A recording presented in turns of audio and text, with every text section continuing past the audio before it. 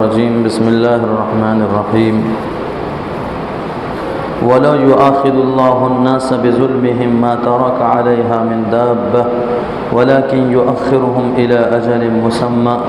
فإذا جاء أجلهم لا يستأخرون ساعة ولا يستقدمون صدق الله العظيم۔ میرے محترم بزرگوں اور بھائیوں، یہ آیت جو ہے آیت نمبر 61 ہے، سورۃ النحل کی آیت۔ نحل کے معنی ہوتا ہے شہد کی مکھی۔ تو شہد کی مکھی کے اوپر اللہ تعالیٰ نے اس سورت کا نام رکھا ہے۔ آخر کیوں ایسا انسان کو چھوڑ کر اللہ نے شہد کی مکھی کے اوپر نام رکھا، یہ بھی ایک سوال ہو سکتا ہے۔ وجہ اس کی یہ ہے کہ اس سورت کے اندر اللہ تعالیٰ نے شہد کی مکھی کا ذکر کیا ہے اور اللہ نے اپنی قدرت کا اظہار کیا ہے اور بندوں کو سمجھایا ہے کہ جب شہد کی مکھی اپنے رب کی، اپنے پروردگار کی بات مانتی ہے، اور بہت عجیب طریقے سے اللہ نے سمجھایا ہے۔ یہی آیت ہے، ترجمہ تھوڑا کرتا ہوں۔ شہد کی مکھی کے بارے میں اللہ نے ارشاد فرمایا ہے، وَأَوْحَى رَبُّكَ إِلَى النَّحْلِ، تیرے رب نے وحی کی شہد کی مکھی کی طرف کہ تم پہاڑوں میں اپنا گھر بناؤ۔ اللہ نے شہد کی مکھیوں کو کہا کہ پہاڑوں کے اندر اپنا چھتا بناؤ۔ تو یہ جو شہد کی مکھیاں ہر جگہ کہیں نہ کہیں گھر بنا لیتی ہیں، تو اس کا مطلب یہ نکلا کہ یہ اپنے من سے نہیں بناتی ہیں، بلکہ اس کو اللہ وہ جگہ دکھاتے ہیں تو وہ گھر بناتی ہیں۔ کیا اللہ کا قانون دیکھیے، اور اللہ کے ایک ادنا سی مخلوق۔ ہم شہد کی مکھی کو ہم دیکھ بھی نہیں سکتے، ہم پہچانتے بھی بہت کم ہیں، کبھی آئی کبھی نہیں آئی۔ ایسی ادنا سی مخلوق ہے، اللہ کی فرما برداری ایسی کر رہی ہے کہ جیسے ہمارے یہاں گھروں میں لگا دیتی ہیں، کبھی کبھی بڑا سا منزل ہوتا ہے تو اس کے کنارے میں وہ کھڑکی کے اوپر جو چھجی بنی ہوتی ہے وہاں لگا دیتی ہے، کبھی کسی کانٹے دار درخت میں لگا دیتی ہے، کبھی کہیں۔ تو یہ سب اللہ کی طرف سے اس کو ایک حکم اور راستہ بتایا جاتا ہے کہ یہاں تجھے اپنا گھر بنانا ہے۔ تو پھر ہوتا کیا ہے، وَمِنَ الشَّجَرِ، اور درخت پر گھر بنانے کے لیے کہا، وَمِمَّا يَعْرِشُونَ، اسی طرح سے جو عرش ہم یعنی چھت بناتے ہیں، چھت پر بھی اللہ تعالیٰ ہی اس کو کہتے ہیں کہ تم اس پر کیا کرو، اپنا چھتا بناؤ۔ اور پھر اس کے بعد شہد کی مکھی اللہ کی بات کیسے کیسے مانتی ہے، تو اللہ تعالیٰ کہتے ہیں جب ہم نے شہد کی مکھی کو کہہ دیا کہ میں اپنا گھر بنا لو فلاں جگہ، تو بس اتنا ہی نہیں، گھر بنانے کے بعد اس کا کھانا ہے اور شہد کی مکھی سے انسان کو نفع پہنچانا ہے۔ یہ یاد رکھ لیجئے کہ دنیا میں جو بھی چیزیں پیدا کی گئی ہیں، سب چیزوں کو اللہ نے انسان کے فائدے کے لیے پیدا کیا ہے، صرف انسان کو اپنی عبادت کے لیے پیدا کیا ہے۔ تو اللہ تعالیٰ آگے کہتے ہیں کہ شہد کی مکھی کو ہم یہ کہتے ہیں، ثم کلی من کل الثمرات، پھر ہر پھول میں سے رس چوس لو۔ آپ نے دیکھا ہوگا شہد کی مکھی کسی ایسی جگہ پر جا کر بیٹھتی ہیں جو نیا بھی کلی کھل رہا ہو پھول کا۔ پھول ایک تو ایسا کہ پورا کھل گیا ہے، تو اس پھول پر نہیں بیٹھتی ہے شہد کی مکھی۔ آپ غور کر کے دیکھیے گا، شہد کی مکھی جا کر اس پھول پر بیٹھتی ہے جو ابھی کھل رہی ہے، اس کے اندر میٹھا رس ہوتا ہے جس کو وہ بعد میں چل کر شہد بناتی ہے۔ تو وہ میٹھا رس اللہ کہتے ہیں ہم نے کہا کہ تو اس کو پھلوں سے چوس لے، فَاسْلُكِي سُبُلَ رَبِّكِ ذُلُلًا، پھر تیرے رب کے بات مانتے ہوئے تیرے رب نے جہاں راستہ بتلایا وہاں تک جا۔ اس کی تفسیر میں لکھا ہے کہ شہد کی مکھی اپنے چھتے کو چھوڑ کر کئی کلومیٹر دور تک چلی جاتی ہے اڑتے ہوئے۔ اس کا گھر گوکاک میں ہے، وہ گھٹا پروا تک چلی جاتی ہے اڑتے ہوئے، اس سے آگے چکوڑی تک چلی جاتی ہے، بہت دور تک چلی جاتی ہے۔ وہ اللہ اس کو راستہ بتاتے جاتے ہیں، وہ مکھی اپنی چلی جاتی ہے اور جاتے جاتے ہر جگہ سے پھولوں سے رس لیتی ہے۔ رس لے کر پھر اس کے بعد واپس وہ اپنے چھتے میں آتی ہے۔ جب چھتے میں آتی ہے تو لکھا ہے کہ چھتے میں آنے کے بعد اس کا ایک سردار تو وہ ہوتا ہے، اچھا چھتے کے اندر بھی عجیب حالات اللہ نے بنائے ہیں شہد کی مکھی کے اندر کہ ان کا دو سردار ہوتا ہے، ایک مرد ایک عورت۔ شہد کی مکھی میں ایک سردار مرد ہے، ایک عورت ہے، تو اگر مرد چلا جاتا ہے تو عورت رانی بن کر اس چھتے پر حکومت کرتی ہے، ساری مکھی اس کی بات مانتی ہے، اور ورنہ مرد اگر مکھی ہے، وہ جو مادہ نر مکھی ہے، اس کی بات مانی جاتی ہے، تو وہ شہد کی مکھی کتنے بھی دور چلی جاوے وہ اچھا اس کے سامنے آپ نے دیکھے ہوں گے دو اس طرح سے بنے رہتے ہیں، اس کو ہم لوگ اپنی بھاشا میں کہتے ہیں انٹینا، ہے نہیں، وہ نیٹ ورک پکڑنے کے لیے۔ تو اللہ نے کیوں بنایا ہے وہ، تو اس کے بارے میں بھی ہم نے پڑھا کہ وہ اس لیے بنایا ہے کہ وہ جیسے ہمارے موبائل میں نیٹ ورک کیسے پکڑتا ہے، ہم کہاں سے کہاں رہتے ہیں، تو یہ تو نیٹ ورک آج نکلا ہے، اللہ نے جب دنیا بنائی تھی تب یہ کنیکشن دے دیا تھا کہ ایک تمہارا مین پاور ہاؤس جو ہے شہد کی مکھی کا جو چھتا ہے وہ کہاں ہے، وہاں سے اس کو نیٹ ورک ملتا رہے گا، وہ کہیں بھی چلی جاوے اس کو معلوم ہے کہ میرا نیٹ ورک کہاں سے کنیکشن جڑا ہوا ہے، وہ واپس وہیں آ جاتی ہے۔ یہ میرے رب کا انتظام ہے شہد کی مکھی کے ساتھ میں۔ یہ جو آج سم کارڈ نکلے، یہ نکلے، وہ نکلے، اس پر آج ایسا ہوا کہ یعنی جدید تحقیق ہے یہ، لیکن میرے اللہ نے جب دنیا بنائی تھی تبھی اس سے بڑی چیزیں پیدا کر دی تھی۔ تو یہ دنیا والوں کا کوئی کمال نہیں، یہ میرے رب کا کمال پہلے سے ہے، اسی کو دیکھ کر لوگوں نے آج بنایا۔ تو خیر وہ کتنا بھی دور جائے، رس لے کر وہ آتی ہے، آنے کے بعد چھتے پر جب پہنچتی ہے تو سب سے پہلے سردار سے ملاقات ہوتی ہے اس کی، وہ سردار ٹیسٹ کرتا ہے کہ یہ جو شہد کی جو رس لے کر آئی ہے پھولوں سے، تو اس کے اندر یعنی اس رس کے اندر کہیں زہر تو نہیں ہے، کہ مکھی گئی تھی پتہ نہیں ان کو کہ رس ہے یا زہر ہے، یہ لے کر آ گئی ہے تو یہاں تو شہد بنانا ہے، اس پورے چھتے کے اندر شہد بنانا ہے، اگر اس نے ذرا بھی زہر ڈال دیا اس رس کے نام پر تو پورا کا پورا چھتا خراب ہو جائے گا۔ تو وہ مکھی کو چیک کرتا ہے وہ سردار،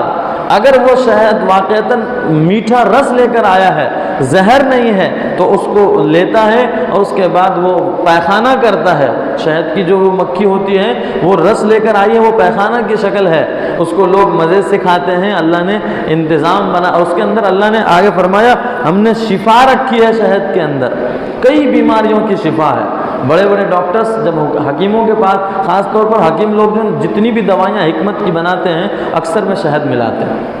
تو خیر تو اللہ وہ جو مکھی آتی ہے، آنے کے بعد جب وہ چیک کر لیا جاتا ہے کہ ہاں زہر ہے، تو پھر ڈائریکٹ اس مکھی کو ہی مار دیتے ہیں کہ تجھے اتنا پتہ نہیں ہے کہ ہمارے یہاں زہر نہیں لایا جاتا ہے، اگر تجھے ابھی رکھا گیا تو پھر تو زہر لے کر آئے گی اور اس پر داخل کر دے گی ہمارے چھتے کے اندر، تو ہمارے سارے مکھیوں کو نقصان ہوگا، ہمارے ساری رعایا کو نقصان ہوگا۔ یہاں بھی اللہ نے لیڈرشپ سکھایا ہے لوگوں کو، چیک کرتے ہیں، تو اس کے اگر وہ شہد لے کر آئی ہے تو اس کو اس کے اندر پیخانہ کرنے کے لیے بولتی ہے، وہ پھر وہ پیخانہ کرتی ہے، پھر وہ چھتے میں اس شہد کی شکل اختیار کیا جاتا ہے، پھر اس کے بعد ایک میٹھی سی شکل اللہ تعالیٰ اس کے اندر ڈالتے ہیں، خوشبو ڈالتے ہیں، بہترین مزہ اس کے اندر پیدا کرتے ہیں، بعد میں اللہ تعالیٰ انسان کے دل میں اچھا پھر اللہ کا انتظام دیکھیے کہ اس مکھی کے سردار کے دل میں یہ ڈال دیتے ہیں کہ اب اس جگہ کو چھوڑ دو۔ جب اس میں شہد بھر جاتا ہے اور دل میں اللہ تعالیٰ نے سوچا کہ اس کا فائدہ امت کو لوگوں کو پہنچانا ہے، تو اللہ تعالیٰ اس مکھی کے سردار کے دل میں ڈالتے ہیں۔ وہ آپ نے کبھی بھی دیکھا ہوگا جب شہد کی مکھیاں ہمارے یہاں اڑ کر آتی ہیں تو ایک ساتھ اڑ کر آتی ہیں، وہ ترتیب سے گروپ کے ساتھ آتی ہے، وہ ایسا نہیں کہ ایک مکھی ادھر ہے ایک مکھی ادھر ہے، ایسا نہیں، پوری گروپ آتی ہے اور ایک لائن سے ہی چلتی ہے، وہ ادھر ادھر نہیں جاتی ہے۔ وجہ اس کی یہ ہے کہ اس کے آگے آگے سردار ہوتا ہے، وہ سردار کے پیچھے پیچھے ساری جتنی چھتے پر مکھیاں تھیں وہ سب چلتی ہیں، اس چھتے کو چھوڑ دیتی ہیں، دوسری جگہ اللہ ان کو گھر بنانے کے لیے کہتے ہیں، وہاں گھر بناتے ہیں۔ یہ میرے رب کا انتظام ہے، ایک چھوٹی سی مکھی اللہ کی بات مان کر مخلوق کو اس طرح سے فائدہ پہنچاتی ہے۔ تو اسی لیے چونکہ اس صورت کے اندر شہد کی مکھی کا تذکرہ ہے، اللہ نے اپنی قدرت بیان کیا ہے کہ میری قدرت دیکھو کہ میں پھول کے رس سے شہد بناتا ہوں اور شہد سے اے لوگوں تمہیں نفع پہنچاتا ہوں۔ کئی بیماریوں کی شفا شہد کے اندر ہے۔ خیر اس کے اندر ایک یہ بھی ہے کہ اگر کوئی آدمی موٹا ہے تو پتلا ہونا چاہے تو گرم پانی میں صبح صبح شہد کو ملا کر پیے تو پتلا ہو سکتا ہے وہ، اور اگر کوئی پتلا ہے اس کو موٹا ہونا ہے تو ٹھنڈے پانی میں شہد کو ملا کر صبح پیے، وہ موٹا ہو سکتا ہے۔ یہ ایک ہی شہد ہے لیکن میرے رب کی قدرت اس کے اندر الگ الگ ہے۔ تو یہ گویا کہ واقعتاً اللہ کی ایک بڑی قدرت کی نشانی ہے، اسی لیے اس کے اوپر اللہ نے اس سورت کا نام رکھا۔ خیر یہ تو بات ہو گئی سورت کے نام پر دوستو۔ اب بات ہے جو آج کی آیت ہم نے آپ کے سامنے میں تلاوت کی، ترجمہ دیکھیے اس کا۔ اللہ فرماتے ہیں کہ وَلَوْ يُؤَاخِذُ اللَّهُ النَّاسَ بِظُلْمِهِمْ، اتنی ساری دنیا کی نعمتیں ہم نے لوگوں کو دے دی، اگر لوگ، اب بہت سارے لوگ ہیں جو اللہ کی فرما برداری نہیں کرتے ہیں، اسی پر آج کی ہی بات سے انشاءاللہ ایک سوال جو ہم سب کے دل میں ہمیشہ اٹھتے رہتے ہیں، آج کی بات سے انشاءاللہ وہ سوال بھی ختم ہوگا۔ وہ سوال کیا ہے؟ سوال یہ ہے کہ لوگ اتنا زیادہ ظلم کر رہے ہیں، آپس میں ایک دوسرے پر گناہ کر رہے ہیں، کتنے سارے لوگ ہیں جو جوا کھیل کھیل کر کروڑوں کما رہے ہیں، تو یہ ایک ظلم ہے، نافرمانی ہے اللہ کی۔ کتنے سارے لوگ ہیں جو رمضان کے دنوں میں مسلمان ہو کر شراب پی رہے ہیں، کتنے سارے ہم میں سے جو روزہ رکھتے ہیں، جو روزہ نہیں رکھ رہے ہیں، نوجوان ہیں، ہٹے کٹے ہیں، ان کو دیکھ کر ہمارا دل کہتا ہے کہ یار ان کو اللہ تعالیٰ پکڑتے کیوں نہیں؟ یہ روزہ نہیں رکھتا ہے، بنداس گٹکا کھاتے پھر رہا ہے، بنداس ہوٹلوں میں کھا رہا ہے، بنداس بازاروں میں چوک چوراہوں پر کھا رہا ہے، اللہ کی پکڑ کیوں نہیں آتی؟ تو ایسا ہمارے دل میں سوال ہوتا ہے گنہگاروں کے بارے میں، حالانکہ کوئی کسی کے بارے میں یہ طے نہیں کر سکتا کہ کون کتنا گنہگار ہے، پھر بھی ہم انسان ہیں، سوال آ جاتا ہے کہ اتنا زیادہ ظلم کر رہا ہے فلاں شخص، ہمارے ملک کا فلاں آدمی، لیکن اللہ تعالیٰ اس کو پکڑتے نہیں،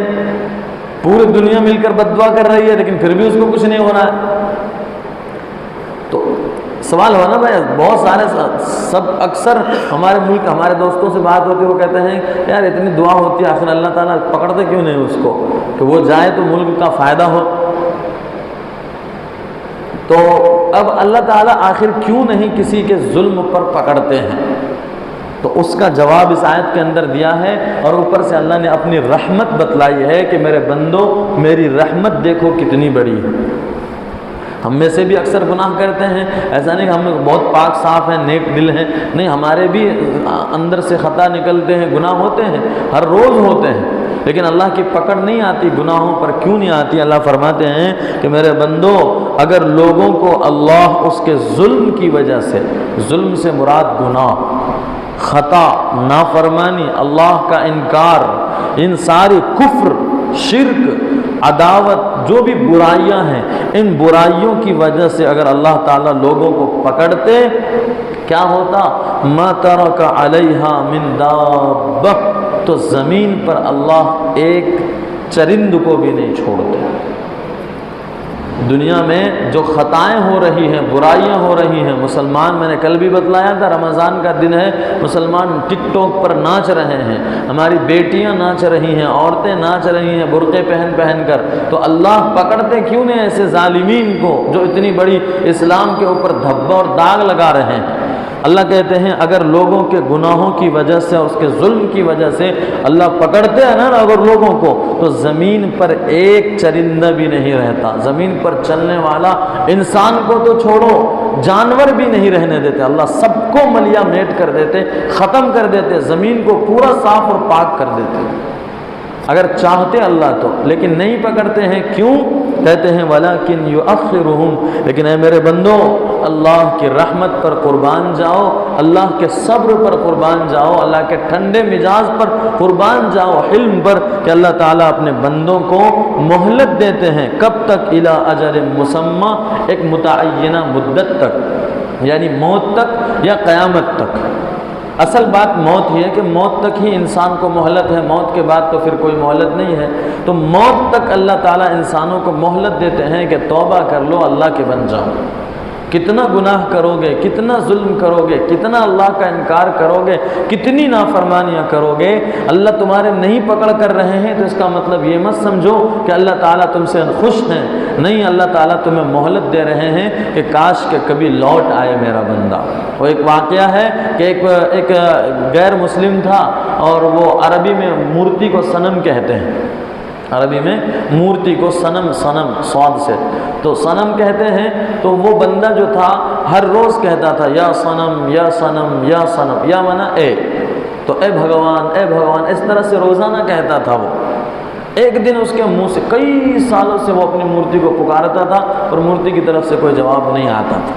وہ ایسا پکارتا رہا، پکارتے پکارتے ایک دن غلطی سے اس کے منہ سے نکل گیا یا صمد، صنم کی جگہ پر صمد اللہ کا نام ہے کہ یا صمد نکل گیا، تو فوراً اللہ کی طرف سے جواب آیا لبیک یا عبدی، بولو میرے بندے۔ اچانک سے اس بندے نے آواز سنی تو وہ تو حیران ہو گیا، لیکن وہاں فرشتے نے اللہ سے سوال کر لیا کہ یا اللہ وہ تو اپنی مورتی کو پکار رہا تھا، وہ تو غلطی سے بھولے سے چوک کر کے اس کے منہ سے آپ کا نام نکلا ہے، وہ تھوڑی آپ کو بلا رہا تھا۔ تو اللہ نے کہا میرے بندے نے غلطی سے ہی صحیح بلایا تو صحیح، میں تو کب سے انتظار میں تھا کہ وہ کسی اور کو میرے سوا بلا رہا ہے، آج اس نے مجھے بلایا ہے، تو میں بھلا کیسے جواب نہ دوں؟ تو میرے اللہ کی رحمت اتنی بڑی ہے، کیسا میرا اللہ جو ہے ٹھنڈا ہے، اور ہمارے گناہوں کی وجہ سے پکڑتے نہیں ہیں، ہمارے خطاؤں نافرمانیوں کی وجہ سے ہمیں ڈھیل دیے جا رہے ہیں، اور موت تک میرے بزرگوں ڈھیل ہے، موت تک ڈھیل ہے۔ اور جو دنیا میں انسان بس رہے ہیں ان کو قیامت تک کے لیے ڈھیل دی گئی ہے کہ جب تک اللہ تعالیٰ سورج کو مغرب سے نہیں نکالتے تب تک تم اللہ سے معافی مانگ سکتے ہو، اللہ کبھی بھی معاف کر دیں گے۔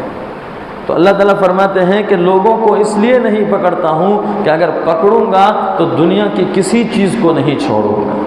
لیکن لوگوں کو مہلت دیتا ہوں ایک متعینہ مدت تک کے لیے، لیکن ہاں اللہ کی جب وہ متعین فکس وقت آ جاتا ہے تو پھر لا یستأخرون ساعتا ولا یستقدمون، پھر اللہ کی ایک سیکنڈ کی بھی نہ آگے وہ متعینہ وقت ختم جا سکتا ہے، نہ ایک سیکنڈ کے لیے پیچھے جا سکتا ہے، بس ٹائم آ گیا اس وقت اللہ پکڑتے ہیں پھر چھوڑتے ہیں۔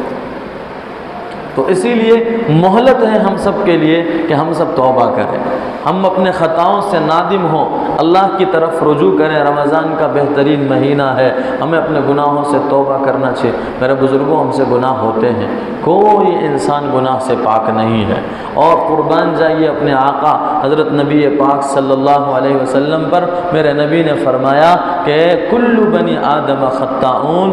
آدم علیہ السلام کے ہر بیٹے بیٹیاں گنہگار ہیں، ہر انسان سے خطا ہوتا ہے، لیکن خیر الخطائین التوابون، اچھے خطا کار،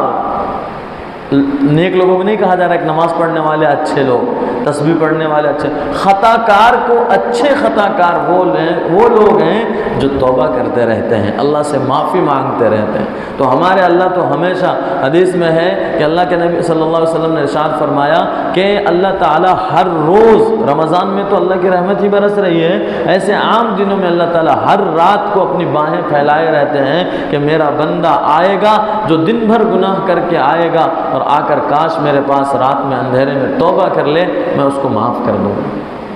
میں اس کو معاف کر دوں گا۔ تو میرا اللہ اتنا رحیم کریم حلم اور برد والا ہے کہ وہ ہمیشہ معاف کرنے کے لیے تیار ہے۔ ہمیں چاہیے کہ ہم توبہ کریں، گناہوں کے معافی مانگیں۔ ہم لوگ گناہ کرتے کرتے ہمارا دل سخت ہو چکا ہے، آنکھوں سے آنسو نہیں بہتے اور دل میں نرمی نہیں آتی، اچھی باتوں کا اثر نہیں ہوتا۔ وجہ اس کی یہ ہے کہ گناہ کی وجہ سے ہمارے دل سخت ہو چکے ہیں۔ تو گناہ کی وجہ سے چاہتے تو اللہ پکڑ لیتے، لیکن اللہ نے ہمیں مہلت دی ہے، تو اللہ نے جب مہلت دی ہے تو ہم اس کا فائدہ اٹھاتے ہوئے ہم اللہ سے توبہ کریں۔ یہاں ایک سوال ہوتا ہے آخر میں، اللہ فرماتے ہیں کہ اگر لوگوں کے گناہوں کی وجہ سے پکڑتے تو دنیا پر ایک جاندار کو بھی نہیں چھوڑتے۔ سوال یہ ہوتا ہے کہ گناہ تو انسان کرے، غلطی تو انسان کرے، پھر جاندار کو اللہ تعالیٰ کیوں نہ چھوڑیں گے؟ دنیا میں زمین پر چلنے والے چوپائے ہیں، جانور ہیں، رینگنے والے جانور ہیں، سمندروں میں مچھلیاں ہیں وغیرہ، جو بھی جاندار ہیں ان کو اللہ کیوں نہیں چھوڑیں گے؟ ایسا کیوں کہہ رہے ہیں آپ؟ تو اس کا جواب بہت مختصر طور پر یہ ہے کہ اصل میں شروع میں نے ابھی کہا کہ ساری دنیا کو اللہ نے انسان کی خدمت کے لیے پیدا کیا ہے، اور انسان کو اللہ نے اپنی عبادت کے لیے پیدا کیا ہے۔ تو جب اللہ انسان کے ظلم کی وجہ سے انسان کو پکڑے گا تو اس کے لیے جن کو پیدا کیا تھا پھر اس کی ضرورت ختم ہو جائے گی۔ جب ضرورت ختم ہو جائے گی تو پھر دھیرے دھیرے ساری چیزیں ختم ہو جائیں گی۔ ایک تفسیر یہ لکھی ہے کہ جب انسان گناہ کرے گا، اللہ پکڑنا چاہے تو بارش کو روک دے گا،